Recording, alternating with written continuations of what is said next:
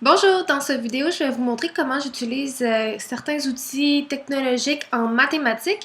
Alors, plusieurs sites internet permettent d'avoir des outils de manipulation en mathématiques, alors ça peut être très utile. Donc, je vous présente ça à l'instant. Alors, je vais vous montrer comment on va chercher le site internet de Virtual Manipulatives.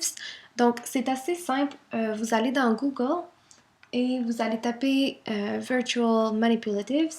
Et puis le premier site que vous voyez apparaître, il est écrit Glencoe, donc c'est celui-ci.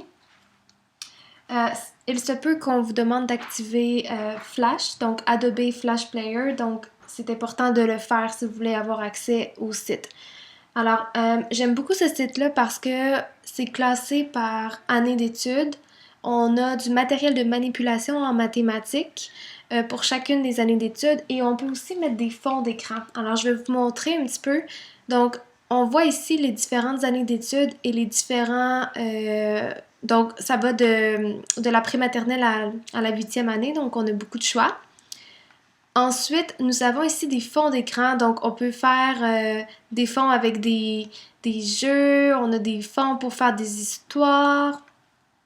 J'aime beaucoup la fonction là, des plans de travail ici, comme par exemple si je veux travailler la géométrie avec mes élèves, je peux aller dans un plan comme ça, donc je peux aller prendre une grille et aller travailler les transformations géométriques par exemple. Donc si j'ai envie d'aller mettre une règle, donc je peux aller tracer, je peux mesurer, mais aussi je peux aller tracer une ligne.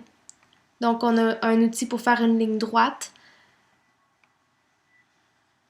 Alors ça c'est un des premiers outils. Si on veut, on peut aussi écrire sur le plan de travail. Ensuite, on a différents outils, donc le rapporteur d'angle, on peut changer les couleurs. Ici, les options, c'est pour enlever le fond. Donc, si on ne veut plus le fond, on l'enlève tout simplement.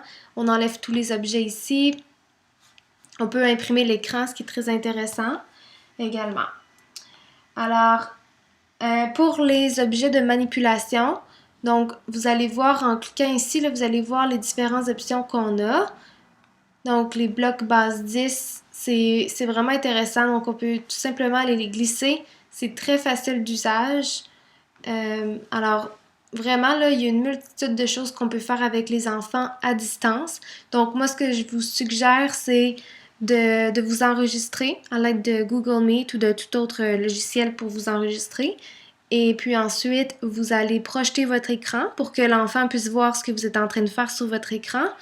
Et vous pouvez faire une démonstration à l'aide du matériel de manipulation. Donc, j'espère que c'est assez clair ce que je viens d'expliquer et j'espère que vous allez pouvoir vous en servir très bientôt avec vos élèves. Merci!